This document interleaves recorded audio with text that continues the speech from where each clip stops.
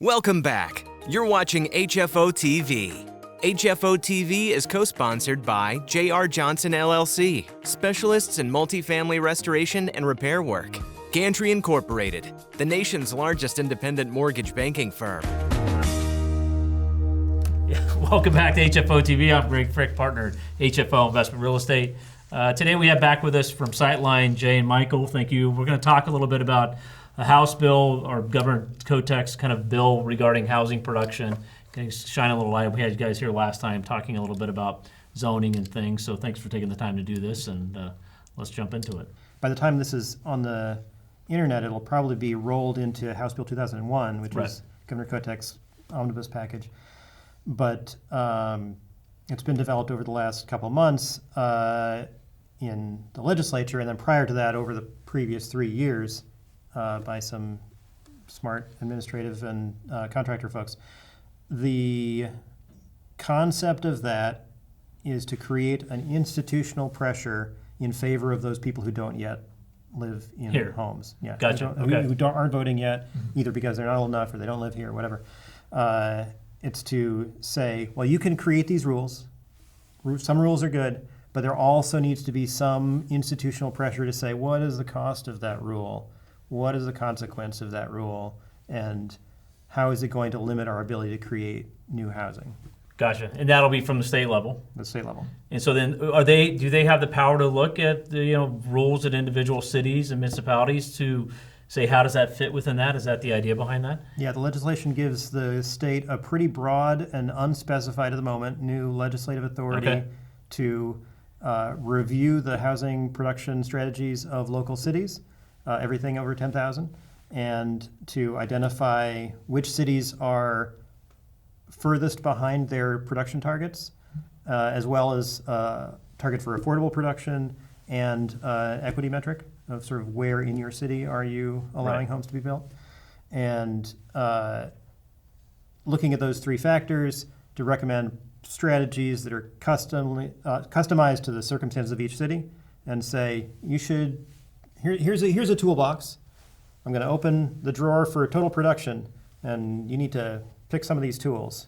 And now I'll open the drawer for equitable location, and you need to pick some of these tools. And that's kind of almost like more of a carrot kind of program. Is there a stick part of that? Eventually you get to sticks. Eventually we'll get to the stick? Yeah, that's right. Yeah, it's a slow process. Slow process to get there? Yeah. I think the idea is that if we're moving in good faith, that any city can find ways to at least accelerate their production, their progress toward these targets. And if they can do that, then they'll be fine. Now, does California have something similar to that? Is this modeled after that? Okay. It's inspired by that. I would say it's modeled by the aspirations of that bill with a knowledge that the California rules don't always work as intended. So we're trying to one-up them on that. We'll see if we actually do it. So when you look back 5 years, do you think we will get to a place where there's more buy-in on this, and we're not having, running into the zoning? And I don't think we're going to hear particularly get, huge urban sprawl, but do you see we're on a path to, more dense development, more housing units here? And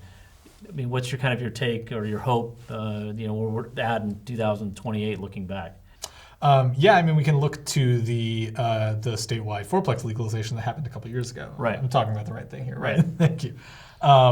Which is that one of the things it did was give the cities political cover to do this. Even you looked at Portland, which is having a hard time figuring out how to create a rule that would allow fourplexes and sixplexes across a lot of the city.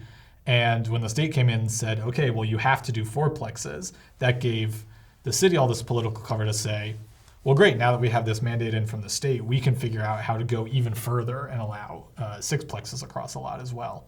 And so that cover even removes some of the pressure off the localities who see a lot more public meeting type input and pressure, which can be questionable at best on occasion.